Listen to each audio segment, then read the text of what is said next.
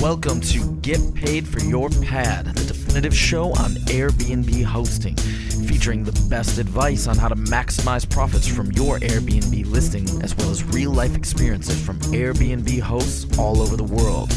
Welcome.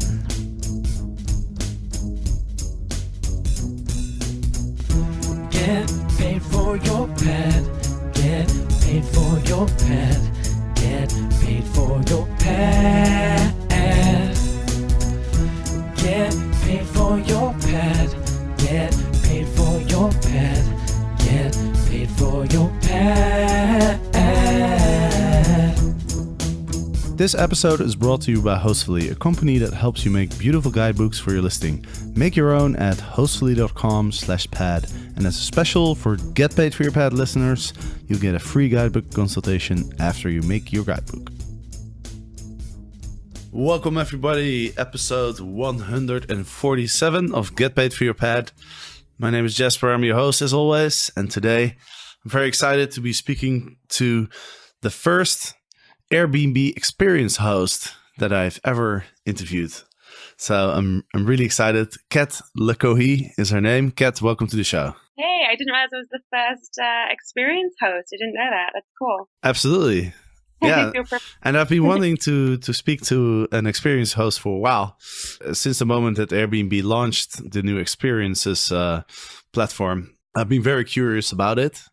I'm very curious to see if they can make it happen, if it's going to be as big of a hit as the home rentals. And I think there's a lot of opportunity for a lot of people to jump on the platform, given there's so many Airbnb users on the platform already. That I think it could be really great. It could be really big. I signed up myself. I haven't heard anything from Airbnb yet, though. How long did it take you? Well, you didn't sign up, right? You were asked. Yeah. So they launched in November, but they contacted me in July. I think they contacted me first in July, saying that they were looking to set this all up, and I think they had like 4 cities. That they were going to test it in and do the beta testing. I believe that was Los Angeles, New York, Tokyo, I think maybe London, and there was another one, I can't remember where that was. And they were just sort of seeing how it would work, what the response would be. And I know that their initial approach was they wanted to have a spectrum of interests for people to pick from. So they came to Los Angeles and they're like, right, what do we want on our list of things? So we want someone who's into surfing, someone who knows the nightlife, maybe someone who's into kind of yoga, that kind of thing. And burlesque was something specifically that they wanted to look into. But they also were like, it's not just about your interests, but also about having the type of people that use Airbnb. They really wanted to keep that people who are welcoming and people who want to meet other people and people who are excited to actually spend time with other people rather than just, hey, come and see my interest and then you're up to your own devices. And so they'd searched for burlesque people in Los Angeles, and my Yelp page had a lot of reviews on it that weren't just about my teaching, but was also about me as a person. Like, oh, Kat's so approachable and Kat really makes you feel at ease. And so that's kind of what interested them to start off with, was my approach to working with other people and my inspiration with other people. So that's kind of what I think drew them to me. And then when they called me, I was just really excited because I had just been putting together, because I was already teaching burlesque anyway, and I have my studio in my apartment where I do workshops and I do photo shoots and stuff. So I already kind of had like an experience set up. In essence, I just didn't know it. But when the guy was talking to me, I was like, yes, I'm so excited. I'm driving right now. Let me just call you back because this is very exciting. And then it was Matt Orr who called me. And we ended up having like a 2-hour conversation. We were just getting on really well as friends, And I think that's when we were both like, yeah, this is going to be a good fit, And were you hosting on Airbnb at the time or no? No, I wasn't. I had previously used Airbnb. They didn't even know. I think they just found my Yelp reviews and called me because of that. But I had used Airbnb before, and my roommate had previously registered his room on Airbnb. So we'd done that a couple of times. So I had an Airbnb account because I had used it. I just had never like been a host before. So it was really quite a new, when they called and said, hi, I'm from Airbnb, I was like, oh God, what have I done wrong now? Like, which bill did I not pay? I thought I was in trouble. But no, they were like, can you put this experience together? So it was really fun. And it was just nice to have like that other guy to bounce the ideas off, because they know exactly what they want to be able to offer their customers. And they had a very strong idea of how they wanted it to work. And I had a very strong idea of what I could offer, and matching those two together was a really fun process, really. Interesting. So they really had a good idea about what they were looking for, and they weren't necessarily going for Airbnb hosts. They were just going for the people that they thought would be the best fit for the activity that they had in mind. Exactly. Their priority was to have a range of activities and to have just really good people who were going to make the experience really fun. Just so even if the activity was just like, let's go for dinner somewhere, it was like, you're going to have dinner with a really interesting, fun person. So originally what they wanted was to have a 3-day experience, like a longer term thing. So people would, if they're like visiting for a week, you do on day 1, we do this, on day 2, we do this, and then day 3, we do this. But it's only for like a couple of hours. So you're not like spending 3 full days with somebody. It's just that you always have, like, you get to know someone over the course of a couple of days, but each experience was just going to be like a couple of hours. And once they tested those out, they were then taking submissions for just like a one-off experience, which was like 1 day, but maybe for 4 hours. So I have both now. I've mixed and matched mine so that you can either take a 4-day experience, or you can just do the one-off experience. And I think because the one-off experience is obviously a cheaper option, for people who have no idea what they're doing, it's like a safer option as well, because, you know, if you sign up to spend more than 1 day with someone, you're like, what if we don't like each other, or what if this is insane?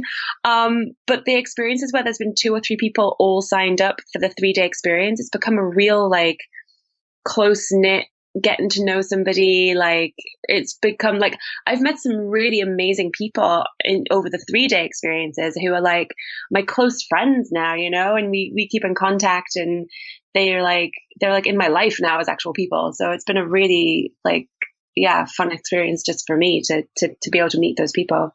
And did Airbnb provide a lot of support in creating the experience and setting it up and marketing it? Yeah, they were amazing. They actually gave me way more support than I was expecting to get.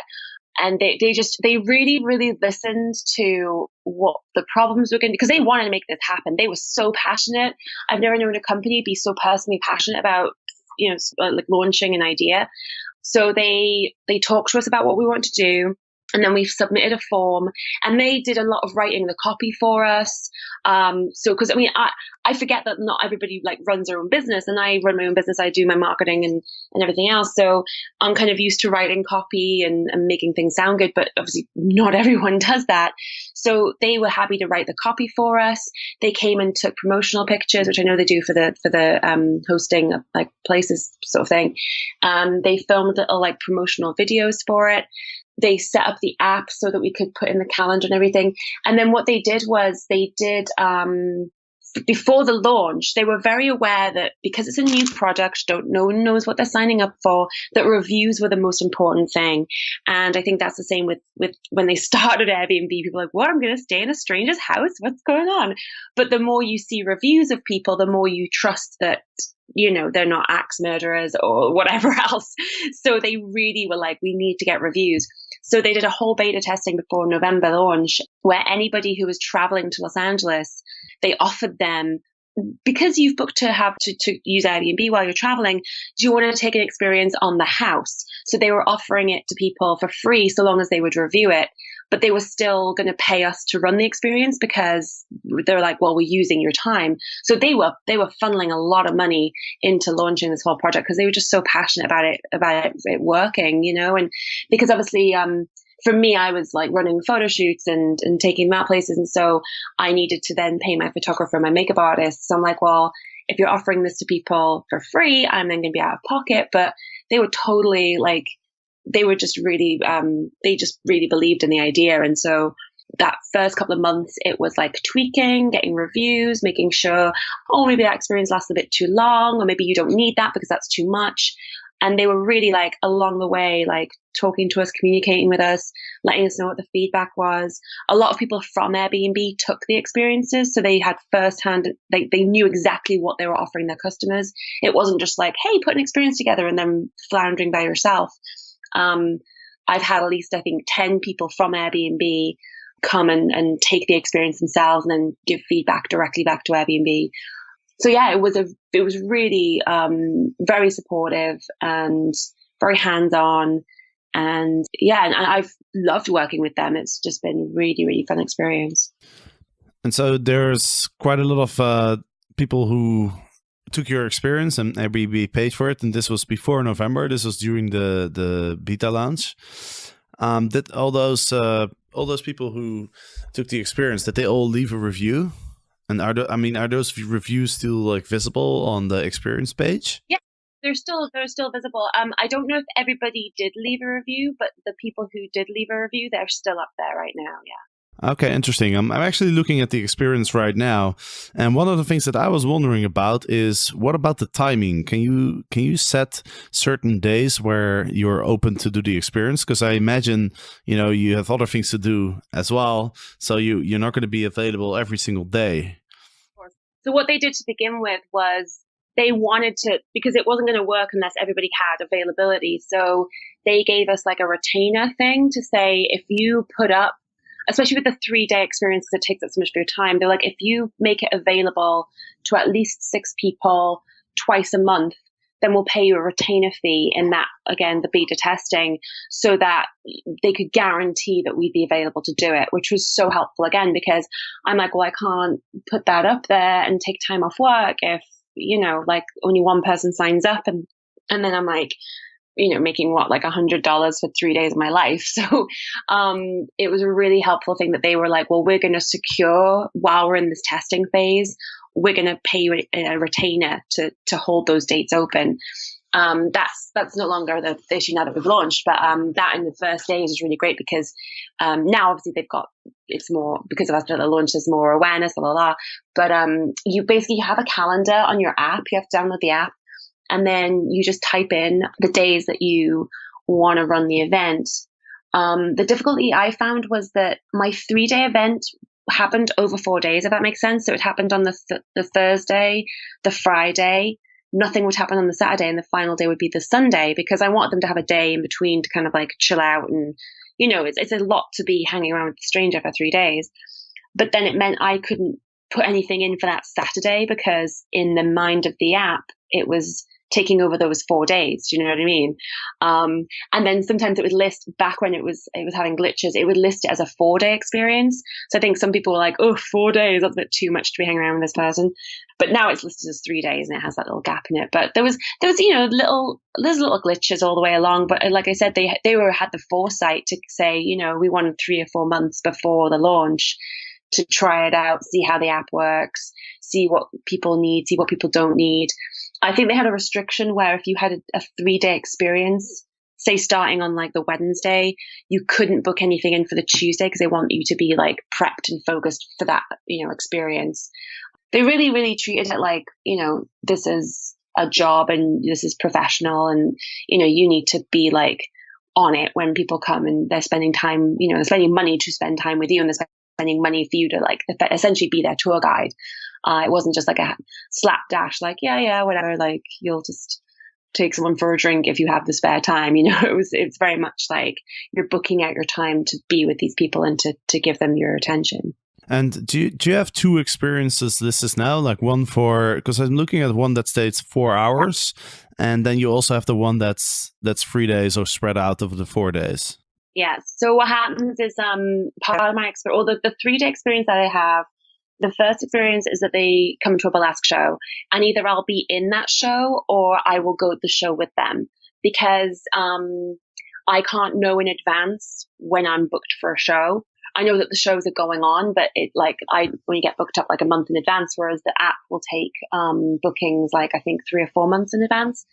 And some people like to go and see the show and see you in it because it's like they feel they know somebody in the show. And some people like to go and watch the show with you because it's like there's someone sat at their table who knows the people in the show. So I didn't really feel like there was any benefit like pros or cons, like anything outweighed whether I was in the show or not. So the first experience is I take them to a show. So I meet them before the show, and if I'm in it, I'll then run away and they'll be in the show, and I'll speak to them in between, like in the intermissions and stuff. Then the second experience is they come to my studio, and depending on who they are, if they want to actually learn some burlesque technique, I'll teach them some of that. If they just want to like play around, dress up and play around with props and costume and stuff, they do that. It really depends if it's like 2 people or 1 person or 6 people. Like I talk to the group and go, what's your interest? What do you want from this? And then the third day is I have a photo shoot. And so based on the costumes they picked in the workshop, or if they've brought some people have brought stuff with them that they never get a chance to wear, or they found on their travels, and we do the photo shoot on the final day. Some people can't commit to those 2 days. Some people don't really want to do the photo shoot element. So the 1 day experience is they come to my apartment like an hour before the show, and we do like the dress up time then, and we just take selfies with like the costume, and again I might teach them some like technique-y stuff, and it's kind of like a pre-game. So they'll come to my studio, they'll see my props and costume storage, I'll talk to them about the world of burlesque, whatever, and then we'll all take an Uber to a show. And again, either I'm in that show or I'm just watching it, but usually I'm just watching the show, and that's nice because we have a chance to get to know each other. We have a couple of drinks at my place, and then we'll all go and see the show together, and I'll know all the bar staff and I'll know all the people in the show. And so it's kind of like, for someone who's traveling and doesn't know anybody and is kind of like, oh, I don't know where the best place is to go to actually meet good people, it's like an instant, they're part of the group, As soon as I take them into a venue, it's like they're one of the locals. And then for anybody who's like interested in burlesque but has never gone to a show before, they won't be like, oh, I don't know what to wear, or I don't know how to behave, I'm not sure where I should sit, I'm not sure whether I should be cheering or not. It's like anything, if you want to try anything new, you usually will take a friend with you just for kind of moral support. So it's a nice way of like someone who's interested in that, for me to like go, hey, I'll take you like under my wing and we can like experience this together. So I think they're the 2 benefits really of any of the experiences. It's for someone who's going to a new town and doesn't want to do the typical touristy stuff, but wants some kind of guidance to make most of their time in that town. And second of all, to like, if you want to experience something new, like hang gliding or surfing or whatever, and you're like, I have the fear, at least you're getting like the expert guidance to for your first foray into whatever that world is that you want to experience. And have you been getting a lot of guests taking the experience, or is it kind of occasionally? Yeah, it comes and goes. Some months are busier than others. I had nothing booked up for April, and then 2 days ago, 3 people booked up for the same date, like yesterday. So it was kind of like, oh, wow, there's 3 people. And you can set a timer so that like you can go, well, these are the available dates, but you need to book up like at least 2 days in advance. Sometimes it's like, well, if your experience is, I don't know, something a bit more low key, then you can just book up that morning, like that. You can set your own restrictions. But I've had so many different styles of people, like just doing it for different reasons. I've had some girls doing it because they really do want to get into burlesque. Some of them are moving to LA and they're just wanting to get that like basic sort of like introduction to people and stuff, so that when they actually move here, they've got that base of friends. I've had sort of older women come and do it, and they're like, this is the most amazing experience I've ever had, like especially doing the photo shoot. This woman was like, I feel visible again. Like, she was like, I used to be a stewardess and I used to get all this attention from guys and, just from anybody. And now I feel a bit older and I'm retired. I miss that attention. And I just felt like I was past that really.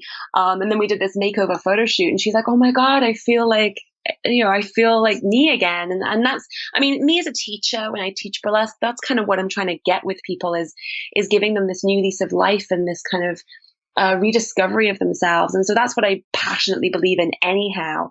And so when people come to my experience, some people might just be doing it for a night out, and that's cool, and I'm all good for a night out. But people who do actually want to like experience, especially the photo shoot experience, like they want to like try on stuff for the first time. And some people have never worn any of these style of costumes. And one girl came and said that she never got dressed up for Halloween because her parents said it was the devil's holiday.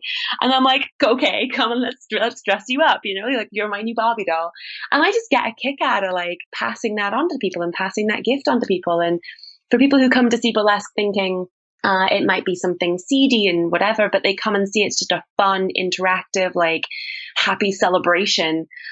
They come to the shows going, wow, I didn't realize this was what it was about. And we have like the most amazing times. And so it's just nice to be able to, I'm so passionate about that world and find it such an enjoyable and life fulfilling experience. I just love being able to pass that on to people who had no idea what it was about or even that they would like it, So it's good for me as well. Do a lot of the guests take follow-up courses with you? I've had one girl, because if they're all sort of traveling, there's not been that much option for it. But there was one girl who was moving to LA and she wants to become a burlesque performer. And so we've been talking about doing classes. I think I met her in, I think, August or September. No, I think it was more like October. And she's hoping to take classes next month. So that's the sort of timescale of that. I don't think anybody else has. I've had like 3 or 4 people go, I want to take classes with you, but they all live kind of like across the country somewhere. And I'm like, well, we can do Skype classes. But yeah, it's I think if they came back, I had a girl from France. She came back and we did she was going to come back for another month. And so we did a whole like private sessions where we did a burlesque act and she put it together, and then she actually performed at the place that we'd very first gone to when she came on the Airbnb Experience. So that was really awesome that she could come back a second time and actually like perform that time rather than just watching. But yeah, they all seem very excited by it, and even just like I had a guy who was over for. He'd written a horror script and it had been selected at Shriekfest, and his wife put him on the experience just because she was like, I think, he would love to go out and experience that world. And she called me and she's like, is it okay if I book him onto the experience? I know it's weird, but like he's married and he's not a creeper and blah, blah, blah, blah. I was like, yeah, absolutely. And so he came on this experience. And he was so lovely and so appreciative. And then him and the other people on the trip got really, really close. And he came for the photo shoot and he's like, well, I don't know what to do. And I was like, well, if you run this, because he ran a podcast reviewing horror films, I was like, let's do like a horror shoot and let's put you in this like cloak with a lantern and some chains. And, because it's not just about being sexy. I'm doing inverted fingers, by the way, when I say that. It's not just about it's about exploring other characters within yourself and just, letting go a little bit. And so we did this whole photo shoot of him, like being this horror grim reaper-y person. And so at least we made use of, I'm very much like, let's do what pleases you. Like, I'm not going, come on this experience and everyone has to wear lingerie and a corset and that's the experience. It's like, hey, come down. What do you want to use this experience for? And so, yeah, he used it for promotional photos for his podcast, which is pretty cool. And then we've had a conversation because I'm an actor and I do horror films as well. We've had this conversation about he's reviewed my stuff. And so that's been an ongoing friendship as well, which is I'm really appreciative of. Host, I can't emphasize how important it is to share recommendations of things to do or eat near your listing beforehand. Your guests won't have to go through TripAdvisor, Foursquare or Yelp. They won't have to scratch their head and think about possible places right in the moment. I've been using Hostfully to create an online and printable guidebook to show my guests my favorite coffee places in Amsterdam. They use my recommendations and I'm getting fewer questions from my guests as a result. I've also included screenshots of my guidebook on my Airbnb listing as a way to differentiate my listing from others. So make your own guidebook at hostfully.com/pad.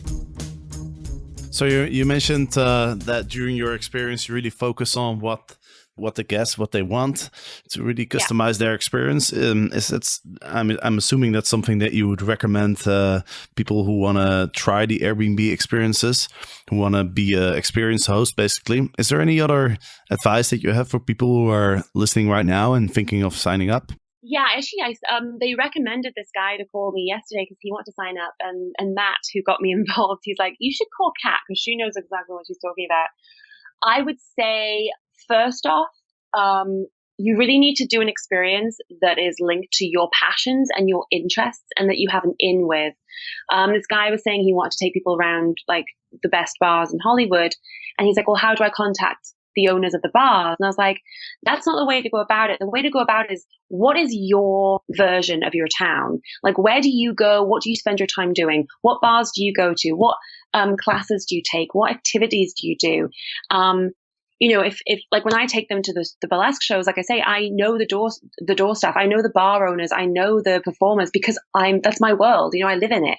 And the whole point of people paying you for an experience is it's like you go into a town and your brother, has backstage passes for something because he works with that company. It's like you're paying to have that I know someone who knows somebody vibe. It's not just I live here, I'll escort you. It's like, I work here, I live here, let me take you on a little journey with me that is my life. So really think about what your passion is. Do you love going fishing? Do you love hiking? Do you love whatever it is? Even your job, like maybe your job is really interesting and you can take them around like on a little back tour of the job that you do. But it is really bringing the tourists, the travelers, into your life and into your world and sharing with them your passion. There's a girl who's in LA. She's like a chef, and I think she's from Mexico, and she takes them around all the like unknown places that sell really good Mexican ingredients that no one really would know unless they like that was part of their life. So that's my first thing, is find a passion, find something that you can share with people. And the second thing I think is just really know that some people will like be flexible. Some people might just do it because they want to just hang. Like some people do my experience because they just want to like go to the show and hang out, and they don't want all the philosophical self-growth stuff, which I totally have on hand. But some people are doing it because they really want to know about the burlesque world. They want to be a burlesque performer. They want to know everything about it.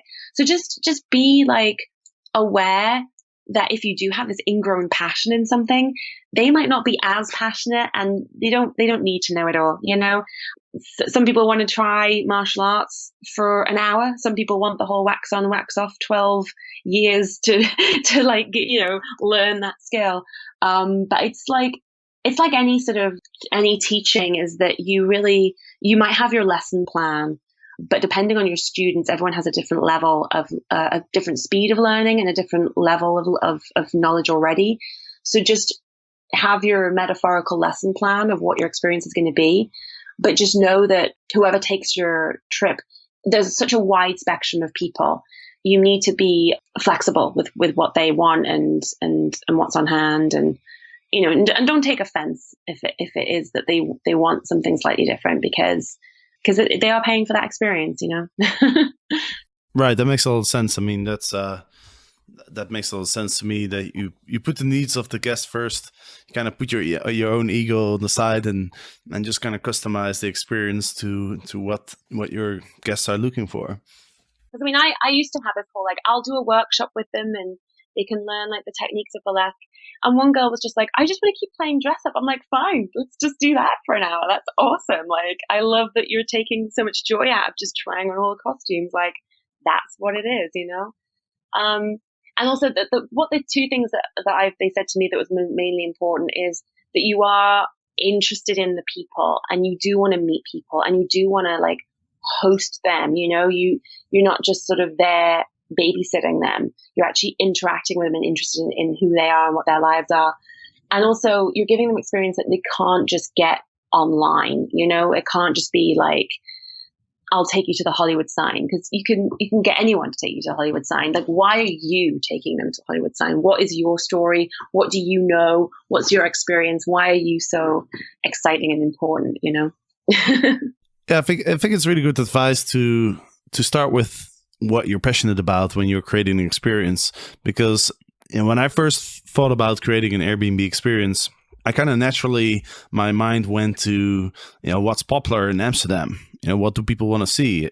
And so it's like, oh, people want to go to the red light district. People want to see the windmills. People want to see the cheese market, and so those ideas are the first one that kind of come to mind. But I mean, I personally don't have any interest in those activities at all. So, it doesn't really make sense for me to do that tour. And you'll be stuck on that tour and you'll be bored and you won't care. And then they won't care and then nobody will care and everyone will be upset. Whereas if you're going, if you're like interested in something really mundane, if you're like, let's go and see the dung beetles that are building their little nest in the, like what that, but if you're so passionate about it and people are like, okay, let's go see the dung beetles then. And then you tell them all about the dung beetles. It's like your passion will rub off on the travelers and then they'll have this experience they never knew that they would have, because who would have thought about looking at the dung beetle? Do you know what I mean? Like, yeah, no, I totally see what you mean. This reminds me of Steve Irwin. You remember Steve Irwin? Yeah. The crocodile hunter. Yeah, his passion, right? Talking about yes. It. So excited, and then you get excited, and then that's the experience that they're paying for. Is, yes, people think about the windmills in Amsterdam, yes, people think about the red light district, but what do they not know about? That's what you want to bring to them. Like, because you live there, you know the things that the tourists don't know about, and that's what they want to go on Airbnb. They want to go on Airbnb and click through experience and go, oh my god, I never knew that the existed in Amsterdam. That's freaking cool. Tell me about it. So that's what will light people up for sure. Exactly. So that was my second thought when I realized, okay, I'm not going to do these touristy things because it's just I'm not very passionate about. I don't know that much about it either. So then I thought about what do I want to do? What's my interest? And I'm very interested in history, and especially the history of the Second World War. And I happened to be born in Arnhem, which was the city where there was a pretty big battle. And I know everything about it. Like, since I was like 3 years old, I've been reading about it. I've been watching movies. And so I thought, okay, you know what? I don't know if other people are going to really be interested in this, but I'm sure there are some people who are interested in it. So I just, let me just put it up and we'll see what happens. We'll see what happens. It's like the rules of dating as well. It's, if you pretend to be somebody that you think people will be interested in, then you're going to meet people who are interested in that. And you're not interested in that. So you're going to meet people that you just will not get on with. The reason I've met so many amazing people is because I've met all the crazy weirdos who are interested in burlesque and getting dressed up. Do you know what I mean? So even if nobody liked the idea of going to a burlesque show and having a photo shoot done, then that's great, because the people, if I made up an experience of, hey, let's go to all the cool nightclubs in LA. I don't like going to all the cool nightclubs in LA. So I'd meet all these people who did, and I wouldn't get on with them, and I'd have a really terrible time. But because I'm doing something that I'm passionate about, I'm attracting the people out there in the world who are all having a similar interest. So instantly, like, I meet these people and we have things in common. We have we vibe off each other. And so if you're saying, oh yeah, no, not anybody out there is interested in history, yeah, but there will be. And that means that when you meet those people, you're going to have like the best time ever. And then you'll be paid for it, to meet people who are like-minded and similarly passionate about what you're passionate about. And I think that's a huge part of it, it's then not a job. It's not like, oh, I'm being paid to take people around the sightseeing of LA. No, I'm being paid to share my passion with people. And that's amazing. That's an amazing feeling, Absolutely. I totally feel you. Last thing I wanted to talk about before I let you go. What's the financial side? I know Airbnb takes 20%. You're charging $99 for a 4-hour experience, right? Is it worth it financially, or is it more like, something that you enjoy doing and it makes a little bit of money on the side, or could this actually be an interesting thing for people to pursue in order to make a decent side income? It really depends on what your expenses are, because for the 3-day experience, I believe that's priced at $220, something like that. And so, the shows, it depends which show I go to. Some shows are more expensive entry than the other ones. And some shows, I'm going to be there anyway. If I'm in the show, my time of being at the show is irrelevant, because they're spending time with me to be at the show, but then I would have been at the show anyway because I'm in it. Then the photo shoot, obviously I'm paying a photographer and a makeup artist, but then if 6 people sign on to the photo shoot, then that's negligible. Where if it's one person signs on to the photo shoot, that's like an entire day and 2 people's salary I'm paying just for one person. So it really kind of depends on, what your if you're literally taking them around your place of work, like there's a guy who does like a surfboard thing, and so he's using his own equipment. It's a place he'd be anyway. They then go for lunch, but the traveler pays for their lunch, so I guess you're paying for your own lunch maybe. The 1-day experience, if I have one person take it, then I'm not really making much at all. They spend an hour with me, which is, my studio is in my apartment, so I'm not paying for studio hire. It's my costumes and equipment, so I'm not, that's my own stuff. I'm hanging out with someone for an hour. And then when we go to a show, I'm paying for their ticket and my ticket, and then maybe a couple of drinks. So I might only make like $30 or something if it's one person. If it's 6 people, then yeah, I could make like 400, 500 in one night. So it's really like the amount of people who are taking the trip. And like I said, it's also me making the most out of it in terms of every time I go to a show, I'm either in the show already or I'm then networking with people who are in my world. So it actually gives me a reason, because I don't get to go to burlesque shows that much if I'm not in them, because I just feel like it's my work and I have so many other things I need to get done in my life. But because I've got an Airbnb person with me, it's like, oh, cool, great. I get to go to that show that I never get to go to because I have to now, And I've actually had a lot of good networking results from having gone to a show that I probably wouldn't have gone to just because I had an Airbnb person with me. So it's like I said, make it work for you. You've really got to just figure out how it works into your life, how much time you have available, and just make it work for you, really. Awesome. For those who are listening and who might be traveling to Los Angeles, or maybe who live in Los Angeles or nearby, you can find Kat's Experience at airbnb.com/experiences 371. So you're number 371 of all the experience people. Obviously, I'll put the links in the show notes as well. Thanks you so much, Kat. I think this is really useful. I do have more questions. Maybe we can do another interview at some point, because there's a lot to talk about. I've never talked about this subject before. So it's really insightful. If people also want to find me, because I'm Kat LaCohie, but my performance name as a burlesque performer is Vixen DeVille, so they can also find me under that name as well. Awesome. Well, we'll put that in the show notes too. Thanks so much for taking the time. It's been really insightful, and I wish you all the best with your burlesque business and your Airbnb experience. Yeah, and good luck with your concoction of your own experience. Thank you. And for all the listeners out there, of course, next week on Monday there'll be another interview, and every Thursday there is the news updates, of course. So hope to see you then. Get paid for your pet. Get paid for your pet. Get paid for your pet. Get paid for your pet. Get paid for your pet. Get paid for your pet.